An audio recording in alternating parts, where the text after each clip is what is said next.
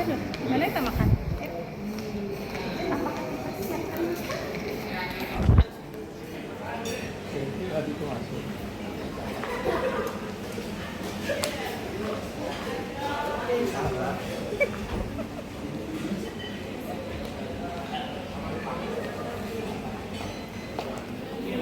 Ya, ada pakai formal kan, bukan pembayaran dan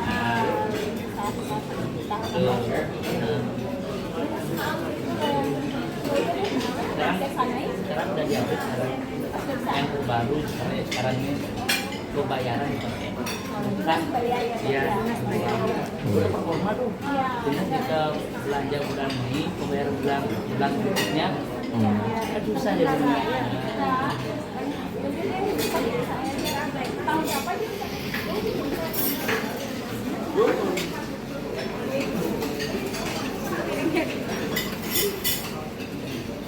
Aslinya jauh.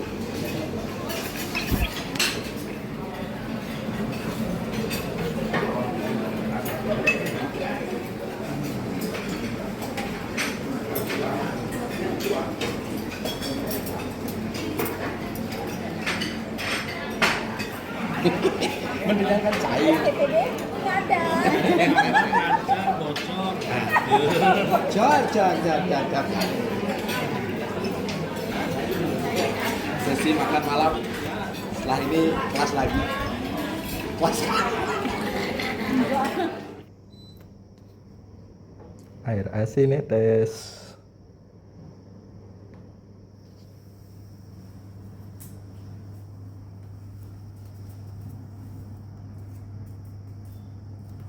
Halo, selamat pagi, siang, dan malam kapanpun teman-teman CR dan teman-teman BOSP sedang menyimak video ini.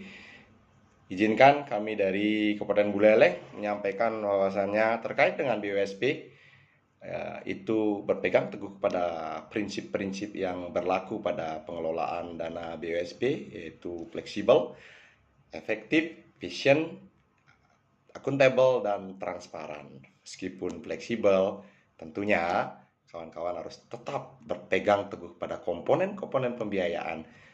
Bagian mana yang boleh dibiayai dan bagian mana yang tidak boleh dibiayai. Agar kita tidak terjebak kepada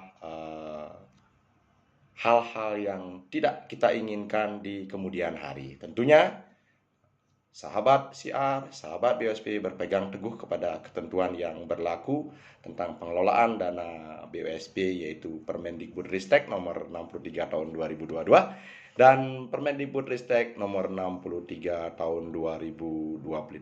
Tentunya dengan catatan adalah tetap mengacu kepada peraturan di daerah masing-masing. Tetap semangat, tetap bahagia. Mari kita bersenang-senang, aman, lancar, dan nyaman. Terima kasih, sahabat siar, sahabat DSW. Hai, malam ini kita lagi berusaha untuk mengkolaborasikan kedalaman pengetahuan kita terkait dengan isu-isu yang terjadi dalam tata kelola dana BOSP, terutama di sistem Alkas dan Maka. Berkabut. Ya nggak apa-apa, aku lucu. Nggak sadar direkam. Ya, namanya juga kita podcast kan, kita harus formal ya, teman-teman ya. Tadi sempat sudah kita mendiskusikan terkait dengan kekeliruan teman-teman kita di pengelolaan dana BOS terkait dengan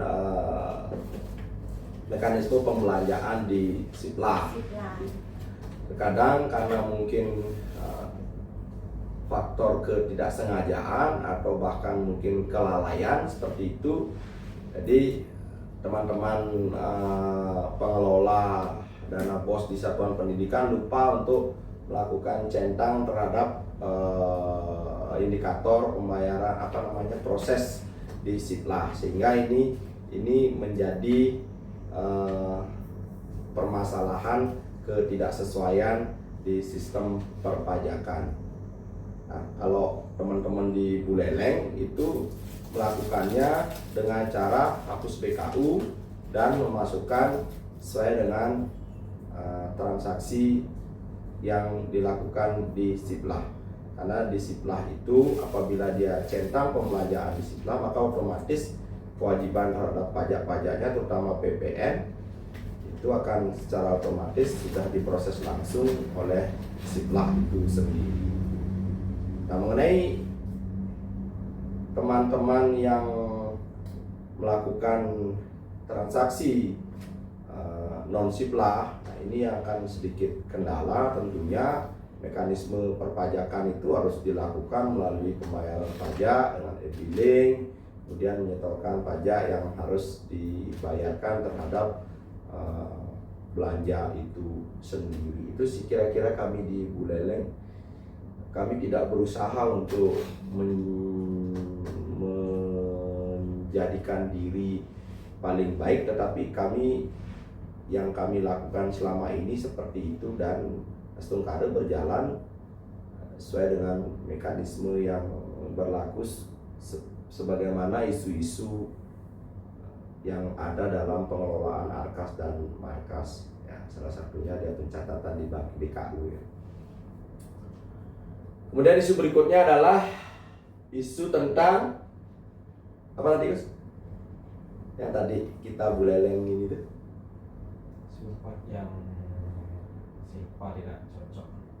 Ketidaksesuaian Silva antara Catatan akhir tahun 2023 dengan catatan awal tahun 2024. Pencatatan akhir tahun 2023 dan awal 2024 Tidak sama.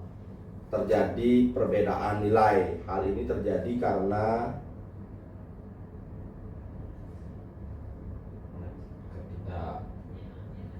Ketidaksesuaian data BKU yang masuk ke data Markas.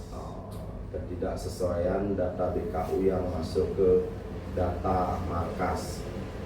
Artinya ada potensi bahwasannya ketika muncul atau rilis aplikasi Arkas baru itu, ketika proses backup maka file backup itu dilakukan penyesuaian secara manual atau dalam tanda kutip perbaikan. Sedangkan ketika sudah dirilis yang baru, maka di Markas itu akan terdeteksi bahwasannya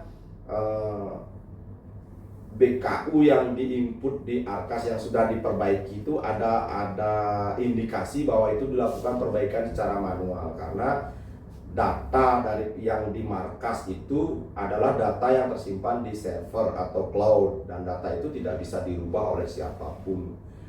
Hal itu seperti itu terjadi. Solusinya adalah kalau sudah dikonfirmasi dinas harus mengajukan Pembatalan konfirmasi dulu. batal konfirmasi Ya. oleh dinas. Kemudian? Dan itu diajukan ke pusat. Oh, baik. Maka langkah-langkahnya adalah akan mengajukan batal konfirmasi ke dinas, tapi sebelumnya itu dinas harus mengajukan ke pusat bantuan di helpdesk BUSD Kemendikbud Ristek, seperti itu yang dilakukan. Dan selama ini kita sudah lakukan di Kabupaten Buleleng dan berjalan sesuai dengan mekanisme yang berlaku seperti itu. Setelah disetujui batal konfirmasi, sekolah izin di BKU Arkas tahun 2023-nya Desember dilakukan hapus BKU. ya. Terus dicek kalau sudah benar transaksinya dan saldo sudah sesuai, tinggal tutup BK ulang. Setelah tutup BK ulang, cek di Markas sudah sesuai, barulah di Markas Konfirmasi lagi. Oke, baik, terima kasih. Artinya mekanisme kesesuaian antara Arkas dan Markas itu harus betul-betul selaras dan sesuai, tidak ada perbedaan, barulah itu kembali mengajukan konfirmasi lagi ke helpdesk sehingga itu bisa sesuai antara Silva di 2023 dan catatan di 2023 dan catatan Silva di 2024, seperti itu.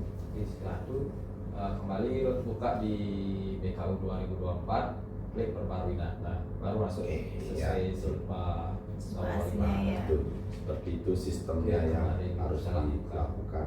Yang kita lakukan di Kabupaten Buleleng dan Astung Kale itu akhirnya sesuai kan, terselesaikan. Dan 100%. buktinya kita secara data inkonsistensi terhadap BKU di tahun 2023 dapat terselesaikan 100%. Maksudnya adalah inkonsistensi itu adalah permasalahan-permasalahan yang terjadi itu sudah bisa diatasi secara tuntas dan Astung Kale tepat waktu. Tepat. Ya, tepat waktu. Itu kira-kira diskusi kita malam ini. Selanjutnya